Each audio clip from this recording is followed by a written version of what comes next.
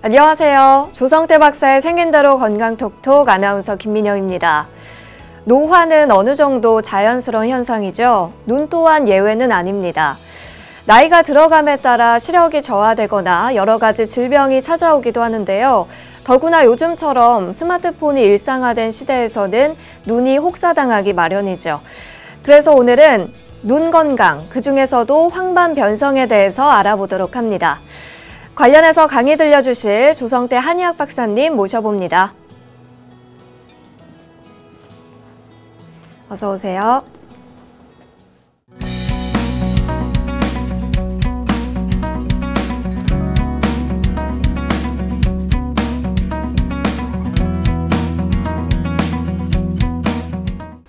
네, 오늘의 첫 번째 주제는 황반 변성입니다.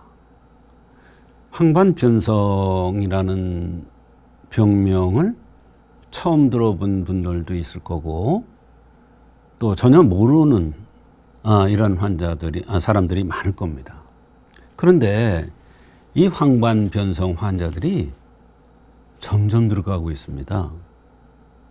또 이 황반 변성이라는 병이 사실은 사람 몸에 큰 영향을 끼치고 또 사람들한테 치명적인 이런 증상들을 갖다 주는데 왜 이 환자들이 이렇게 많이 늘어나고 또 이 병이 잘 치료가 되질 않습니다. 치료법이 마땅치가 않아요. 그래서 황반 변성이라는 병명은 들었는데 치료법이 마땅치 않아서 우왕좌왕하는 것이 사실입니다. 거기에는 이유가 있습니다. 이럴 경우에 한의학에서는 어떠한 관점에서 이것을 바라보고 어떻게 환자한테 도움을 주어서 불편함을 해소해 주는지 이거에 대한 얘기가 되겠습니다. 황반 변성은 눈 안쪽 망막의 중심부에 위치한 신경 조직을 황반이라고 합니다. 눈 안쪽 망막의 중심부에 위치한 신경 조직을 황반이라고 해요. 시신경의 대부분이 이곳에 모여 있기 때문에 굉장히 중요한 부분입니다. 그런데 여기에 변성이 생긴단 말이에요. 그것을 황반 변성이라고 그러는데 이게 잘못하면 실명까지 갖다 주는 그런 경우도 있다는 것을 알기 때문에 굉장히 정말 두려운 그런 병 중에 하나입니다. 이 황반은 물체의 상이 맺히는 곳이기도 하기 때문에 여기에 변성이 오면 바로 눈이 안 보이는 이러한 너무너무 안타까운 이런 병들이 생기는 거예요. 시신경의 대부분이 모이는 곳이니까 얼마나 중요하겠어요. 그 중요한 곳에 정말 병이 왔다, 변성이 왔다. 그러면 황반 변성의 원인은 무엇이냐? 황반의 노화예요. 우리가 노화 현상을 안 겪을 수가 없지요. 그런데 이 눈도요, 우리가 운동이라든지 뭐든지 이렇게 훈련을 하거나 잘 가꾸거나 이러면 오랫동안 유지될 수 있듯이 눈도 얼마든지 운동을 통해서 또는 선법을 통해서 또는 아침에 일어나서 눈 운동을 통해서 노화를 지연시키거나 또는 방지할 수 있는 이런 방법이 있어요. 이게 중요한 거예요. 그래서 우리가 건강할 때 병을 지켜라, 내 몸을 지켜라 이런 얘기를 하잖아요. 눈이 건강하고 잘 보일 때 사실은 눈 운동을 제대로 해줘야 돼요. 저는 아침에 일어나서 눈 운동을 꼭 합니다. 매일. 그거는 제가 안경도 썼지만 근본적으로 더 나빠지지 않고, 저 같은 경우는 사실은 작은 글씨가 있는 책들을 많이 봐야 돼요. 직업상. 그러면 눈이 나빠지면 그런 걸 못 하잖아요. 그러니까 어떻게든지 눈을 건강하게 하려고, 황반뿐만 아니라 눈 전체적인 거를 좋게 하려고 운동을 합니다. 그 운동이 뭐냐면요, 손을 비벼서 따뜻해지면 눈에다 갖다 대는 거예요. 눈에다 지그시 이렇게 눌러주는 거예요. 간단한 것 같죠? 근데 이거 환자들한테 말씀을 많이 드리는데 실행을 잘 안 해요. 그거 이러면 알고는 계세요.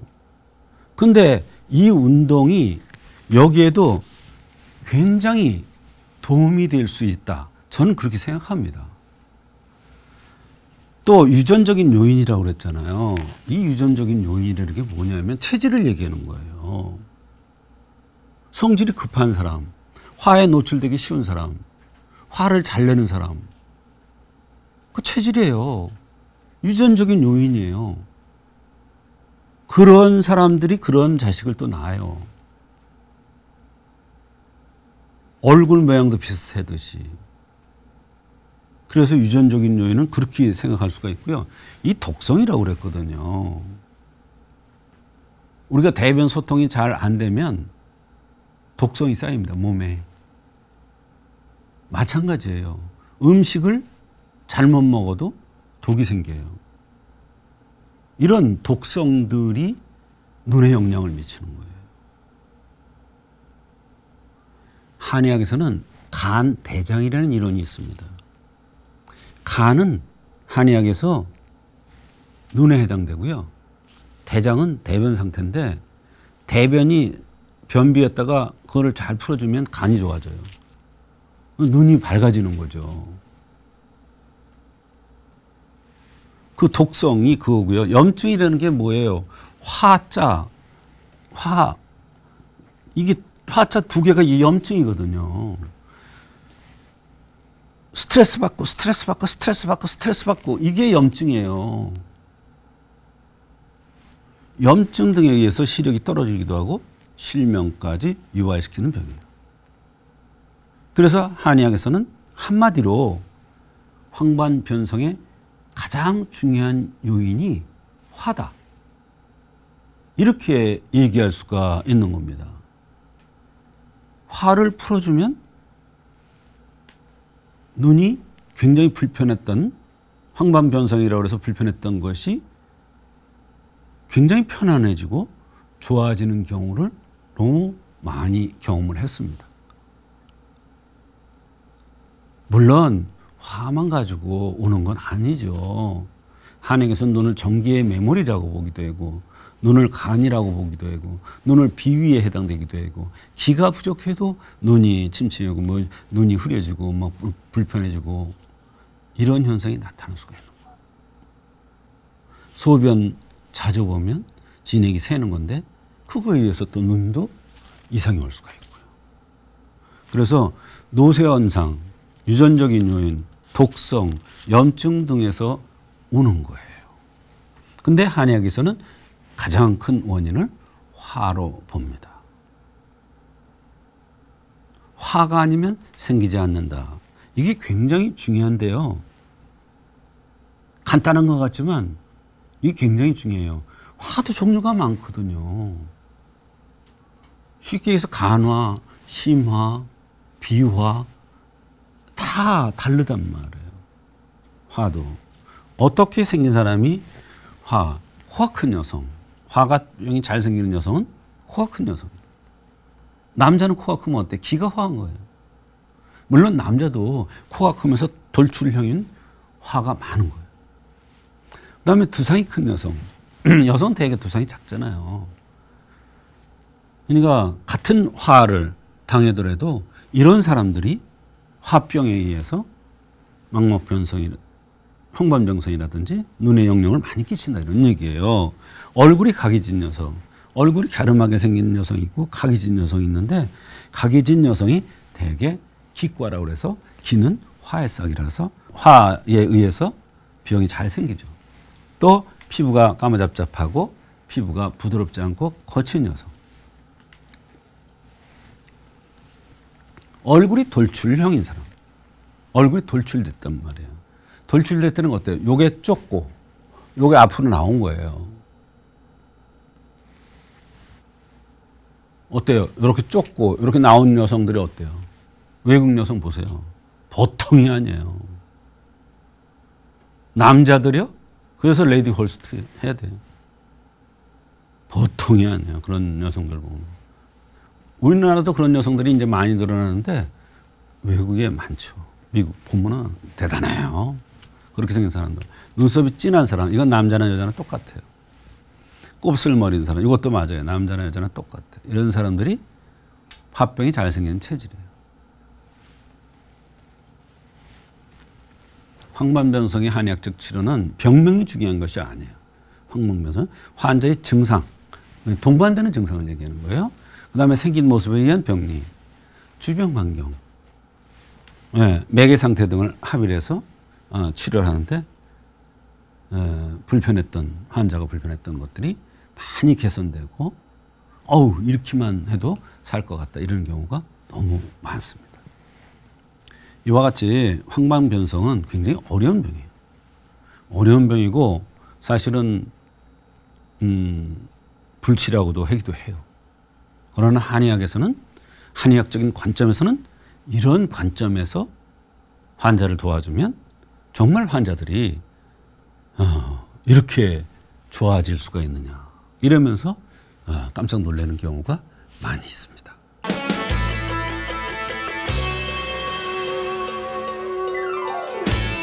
오늘 첫 번째 순서로 황반변성이란 주제로 함께하고 있습니다. 치료도 어렵고 심하면 실명에까지 이르는 황반변성. 한의학에서는 어떻게 접근하는지 그 치료 사례를 통해 자세히 알아볼 텐데요. 박사님, 사례 말씀해 주시죠. 네.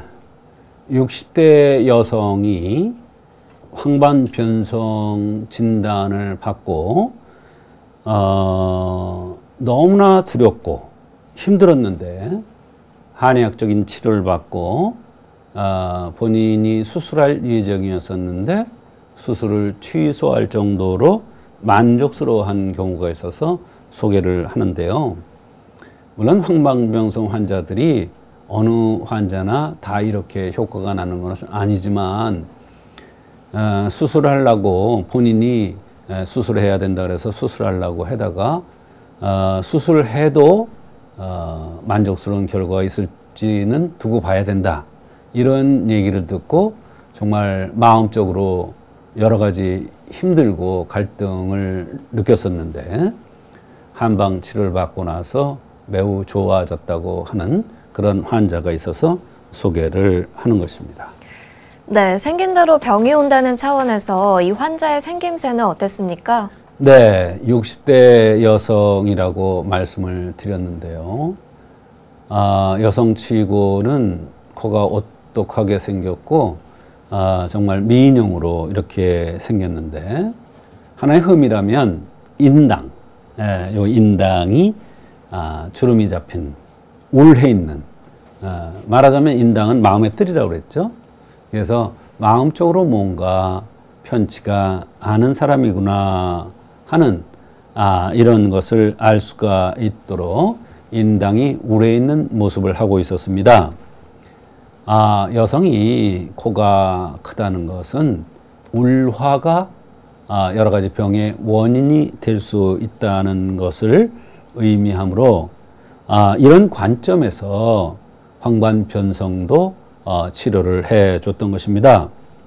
인당이 우울한 것도 매우 중요한 관점인데 화가 우울한 것을 풀어주면 눈은 화에 의해서 병이 온다는 그런 관점에서 눈도 좋아질 것으로 생각을 한 것입니다. 이 여성은 주변 환경에도 문제가 많이 있었는데 초혼에 실패를 하고 재원 상태였고 또 주식을 하는데 이것 때문에 스트레스도 몹시 받았다고 했습니다.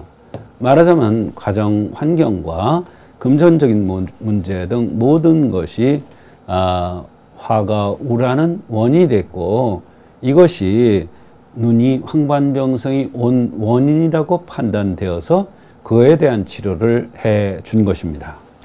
네, 불편한 증상들은 어떤 것들이 있었나요? 참으로 여러 가지가 있었습니다. 황반변성이라는 병명을 얻었는데 4개월 후에 수술할 예정인데 수술에도 장담할 수가 없다는 얘기를 듣고는 상당히 우왕좌왕하던 그런 참이었는데 어느 분의 소개로 내원을 한 것입니다. 우측 눈이 뿌옇게 보인다. 어떤 때는 빛에 때가 낀 것 같이 보인다. 눈이 충혈이 자주 된다. 시력도 나빠서 먼 데가 잘 안 보인다 등 황변 변성으로 약을 그동안 많이 복용을 했더라고요. 이것뿐만 아니라 몇 년 전서부터는 얼굴의 안면이 다 굳어서 우측이 특히 심한데 뻣뻣하고 불편해서 오랫동안 고생을 하고 있었습니다. 지금도 우측 안면이 많이 뭉쳐 있다고 그랬어요. 눈도 안 좋지 안면도 안 좋지 정말 힘든 상황이었습니다. 갑상선 기능 저하와 고지혈증이 있어서 약을 들고 있었고 어려서 난소 한쪽을 제거한 적이 있다고 했습니다. 어려서부터 손발이 차고 얼음이 백에서 고생을 한다고 했는데 이와 같이 코가 오떡하게 이런 여성들은 대개 상체로는 열이 성하고 하체로는 몸이 찬 것이 특징입니다. 그래서 이 여성은 손발이 차고 얼음이 백여서 어려서부터 고생을 했던 것 같습니다.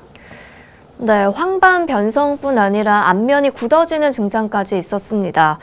어떻게 치료를 해주셨습니까? 네, 황반변성이라는 그러한 병명이 중요하지는 않습니다. 눈에 나타난 다양한 불편함, 또 얼굴이 오른쪽이 굳어 있고 뻣뻣한 이러한 증상들은 양명위경의 풍열독에 의한 위풍증이라 판단되어서 서각 승마탕과 신선 태운안을 투여하였습니다. 수술 일정도 잡혀 있었던 환자분이셨는데 치료 결과가 궁금해지네요. 네, 환자가 한제를 복용하고 내원했는데 굉장히 만족스러운 표정을 하고 내원을 했습니다. 탕제와 환약을 줬는데 이분의 경우는 물약이 더 효과가 좋았던 것 같이 느껴진다는 것입니다. 그래서 본인이 수술도 취소를 했다는 것입니다. 아마도 상당히 자신감이 생겼던 모양입니다. 환자 자신이 자신의 몸의 불편함을 가장 잘 느낄 거니까 아마도 환자가 이런 결정을 했나 봅니다. 전에는 글자가 떨려서 달력을 볼 수가 없었는데 글자를 요즘은 볼 수가 있고, 그러나 아직도 신경을 쓰거나 하면 잘 안 보이다 한다고 했습니다. 글자체가 어려서 잘 볼 수 없었는데 글자가 뚜렷해 보였고, 전철에서도 남의 책의 글자가 안 보였는데 이게 보이다라는 것입니다. 한약 복용 전에는 시력이 먼 데가 잘 안 보였는데 지금은 시원하게 훨씬 더 잘 보인다고 했고요. 수술하는 것이 매우 두렵고 싫었는데 이 정도만 되어도 살 것 같다는 것입니다. 수술에도 장담을 할 수가 없다 그래서 더욱 두려웠다고 했던 것입니다. 한약 투약으로 이 정도 효과가 날 것이라고 생각하지 않았는데 환자 자신이 너무 신기하다고 감사하다는 얘기를 전한 적이 있습니다. 네, 참 다행이네요. 마지막으로 정리 한 말씀 부탁드립니다. 네, 한의학에서는 병을 치료할 때 황반변성이라는 병명을 중요하게 여기지 않습니다. 그 병의 불편함이, 눈의 불편함이 왜 생겼는가를 한의학적인 관점에서 살펴보는 것이 중요합니다. 이 여성은 코가 크고 좋은 때 실패를 해서 재혼을 했고 그동안에 굉장히 스트레스를 많이 받았고 또 금전관계로 주식 문제로 신경을 많이 쓰고 있는 등 원래도 예민한 사람이 이렇게 환경적으로 금전적으로 신경을 많이 써서 화에 의해서 눈병이 왔던 것으로 판단해서 한의학의 눈병은 화가 아니면 생기지 않는다는 정확한 한의학 이론에 따라 치료한 것인데 좋은 결과가 있었던 것입니다. 이것이 다 치료된 것은 아닙니다. 아무리 의사가 잘 치료해줘도 한의학적으로 잘 치료해줘도 제가 말씀드린 운동법, 손을 비벼서 눈에 대는 이런 운동법이나 또 화를 풀 수 있는 여러 가지 방법들을 강구해서 병이 재발하지 않도록 본인도 노력을 해야 될 것입니다.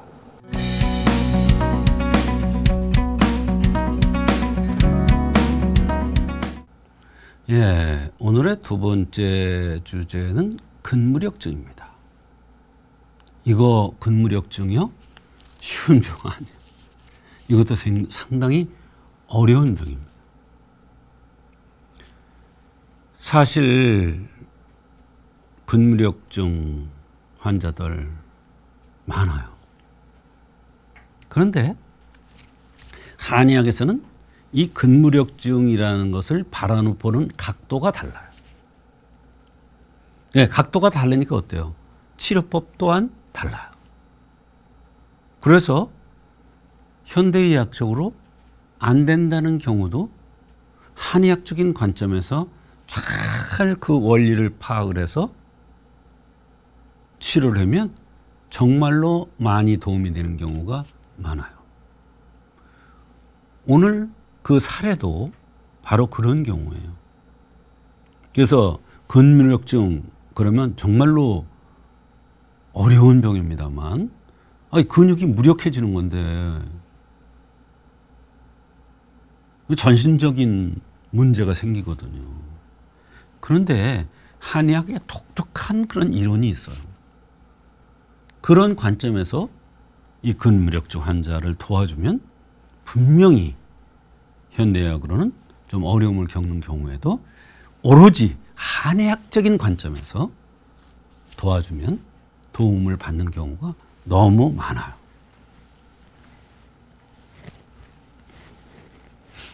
근무력증이라는 것은 근육의 신경장애로 근육이 쇠약해지는, 근육이 제 역할을 못하는 그런 질환입니다. 전신의 근육이 다 문제가 되죠.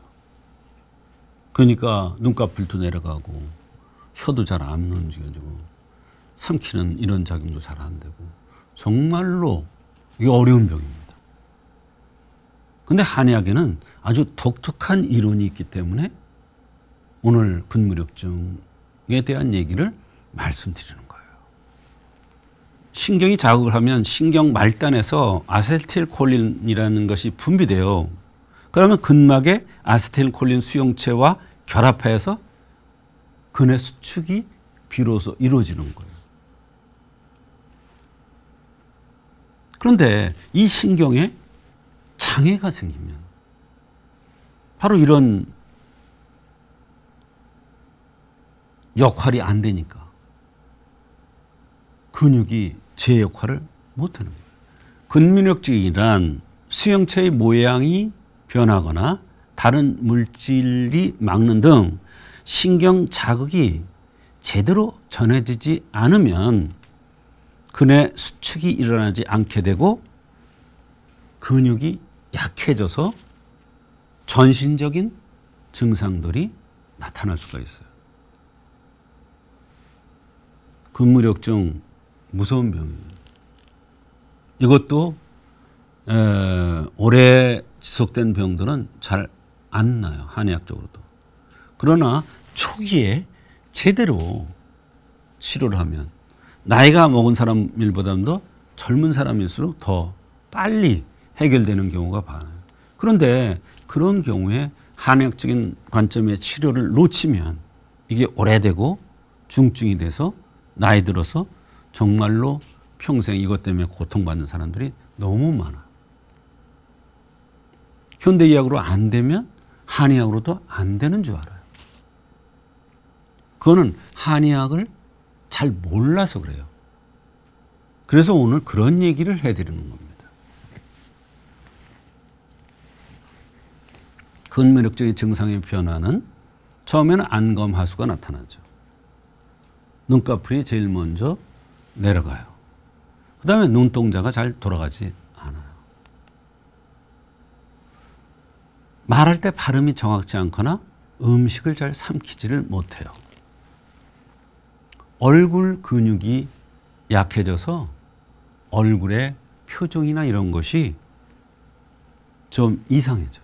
딱 보면 알아요. 팔다리에 힘이 들어가지 않아서 팔다리가 무력해서 잘 움직이지도 못하고 누워서 이러는 사람도 있어요. 호흡곤란과 호흡마비가 와요. 근데요, 이게 다 나타나는 게 아니에요. 이거 따로따로 띄어놓고 보면요, 사실은 증상은 근무력증의 증상 중에 하나지만 따로따로 띄어놓고 생각해 보면 한의학에서는 또 다르게 해석을 하고 치료를 합니다. 그러니까 한의학이 정말 위대한 학문이에요. 그런데 너무나 몰라요. 한의학이 어떤 학문인지. 왜? 그거는 우리 한의사들 자신도 문제가 있어요. 공부를 많이 해서 그 깊이 있는 이론을 캐치해서 환자들을 잘 치료해 줘야 됐는데 그러지 못한 경우가 많이 있었다. 그러니까 아이고 이거 안 되는구나. 한의학으로도. 이렇게 생각합니다.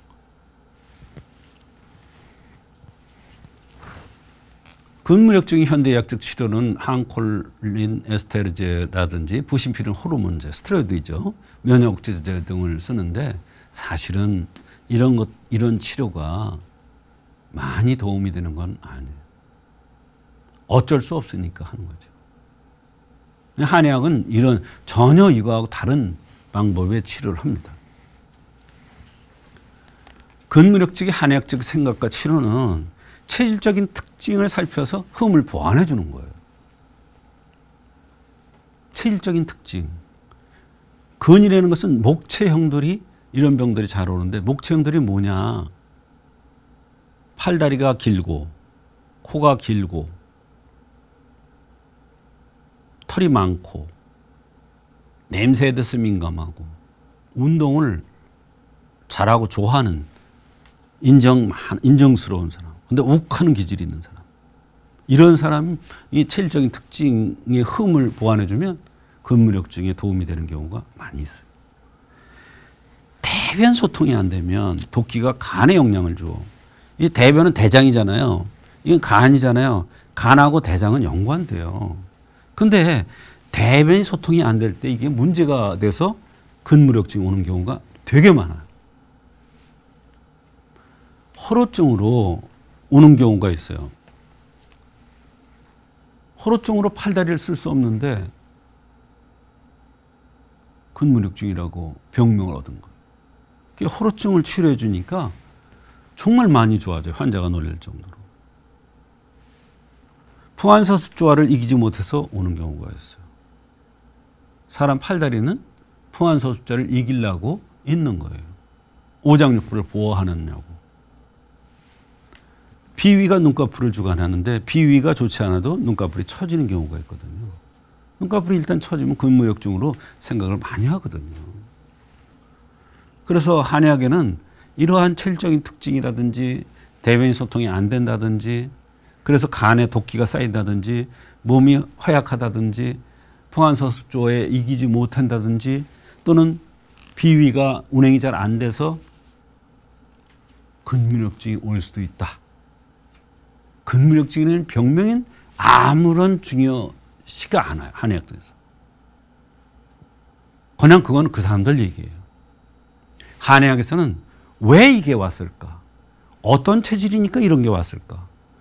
대변 소통이 안 돼서 왔을까? 나이가 어때서 왔을까? 이러한 근본적인 문제를 개개인에 따라서 근본적인 문제를 가지고 도와주면 한의학적으로 도와주면 스테로이드 같은 걸 쓰지 않고 그러면 많은 도움을 받을 수가 있죠. 그래서 근무력증은 어려운 병이에요. 일단.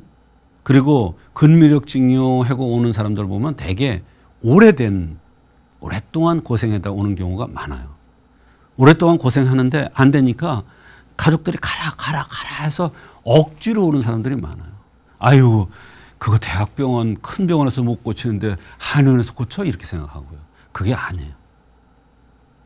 한의학은 전혀 현대의학과 다른 방법으로 접근해서 근무력증 환자들에게 도움을 줍니다. 그렇게 하면 환자들이 굉장히 만족스러워하는 경우가 많이 있습니다.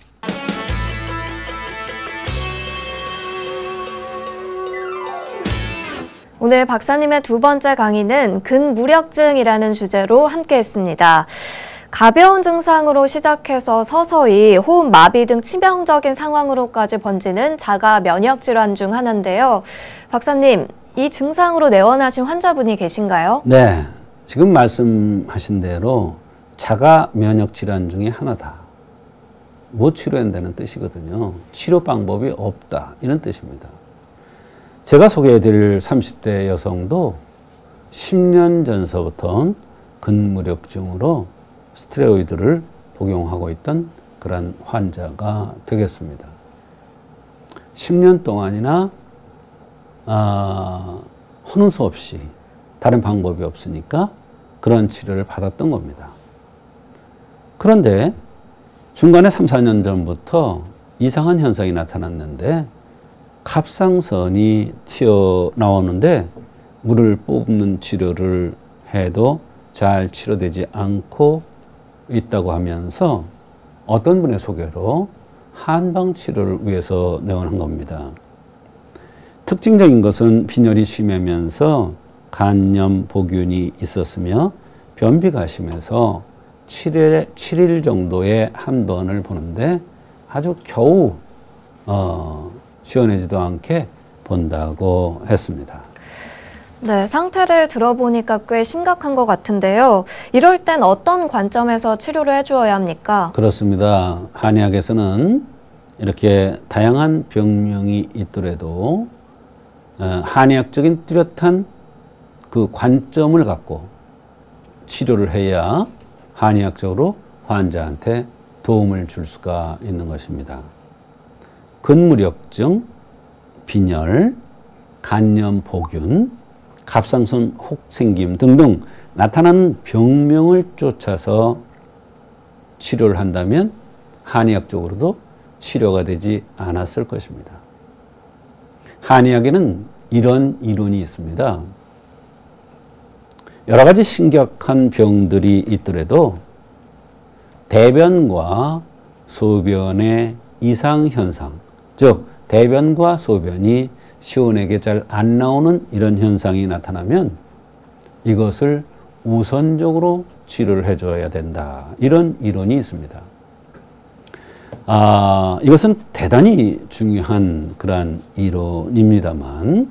네, 그 원리도 궁금합니다. 네. 한의학에는 병을 치료할 때 반드시 본을 먼저 치료한다는 그러한 한의서의 내용이 있습니다. 본을 먼저 치료한다. 근본 원인이 무엇인지를 알아서 그 본을 우선적으로 치료하는 것이 가장 중요하다. 이런 말씀입니다. 또 여기에 보면 부연에서 뭐라고 그랬냐면 중만이 있으면 가운데가 막혀서 꽉 찬 듯하면 표본을 따지지 말고 표증이냐 본증이냐를 따지지 말고 먼저 중만, 꽉 찬 것을 먼저 풀어줘야 된다. 근데 이 꽉 차면 어때? 증세가 굉장히 급격하게 여러 가지 병들이 오기 때문에 이것을 우선적으로 치료를 해줘야 된다는 그러한 뜻이 됩니다. 중만이 생긴 후에 대소변이 잘 안 나오면 표본을 따지지 말고 표증인가 본증인가를 따지지 말고 먼저 대소변을 치료한 후에 대소변이 이제 소통이 되거나 이렇게 되면 중만이 치료가 돼요. 그러면 급하게 여러 가지 진행되는 병들이 한꺼번에 해결이 되는 것입니다. 그래서 대소변이 나오지 않는 것과 중만의 세 가지를 제외하고는 본을 먼저 치료해야 된다는 것입니다. 그만큼 대변과 소변 문제, 또 가운데가 막히는 문제가 중요하다는 것이죠. 이 환자는 7일에 한 번 대변을 본다고 하니 너무나 심각한 것이죠. 이럴 때 대변을 설사시키는 약을 써서는 절대로 안 됩니다. 진액을 쳐준다든지 양명 조금이면 양명 조금을 없애주는 이러한 치료를 해서 대변이 저절로 소통되게 해주는 이러한 치료를 해야지 설사시키는 약을 쫙쫙 쓰면은 위기가 손상돼서 더 나빠집니다. 그래서 대소변을 소통시키는 것이 굉장히 중요합니다. 네, 대소변을 치료한 후에 그 다음 과정도 궁금한데요. 네. 목에 어떤 병이 있으면 이것을 우선적으로 치료하는 것도 중요한 관점이 되겠는데 이 목은 형의 으뜸이기 때문입니다. 근데 이 여성은 목에 갑상선에 혹이 생겨서 혹을 물을 빼는 치료를 했단 말이에요. 근데 한의학에는 갑상선에 혹이 이렇게 볼록하게 나왔을 때 대변을 소통시키면 이 혹이 없어지는 그러한 치료법이 있습니다. 그래서 이 여성에게도 대변을 소통시키고 그것으로 인해서 독기가 빠져나가면 갑상선에 혹이 없어질 것으로 판단되어서 이진탕에 대황이 들어있는 처방을 선방해서 투여한 것입니다.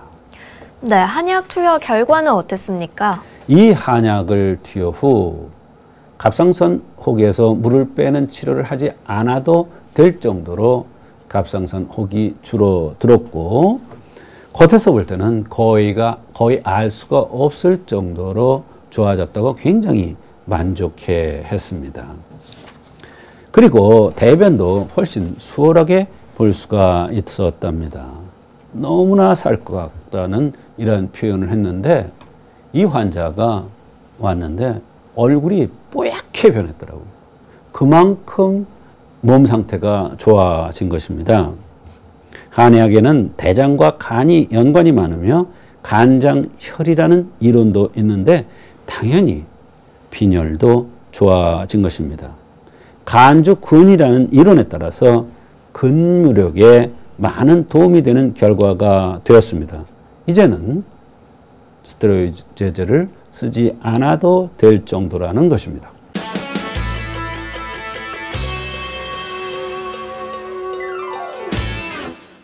이번 순서는 조성태 박사의 백세건강 한방톡톡 시간입니다.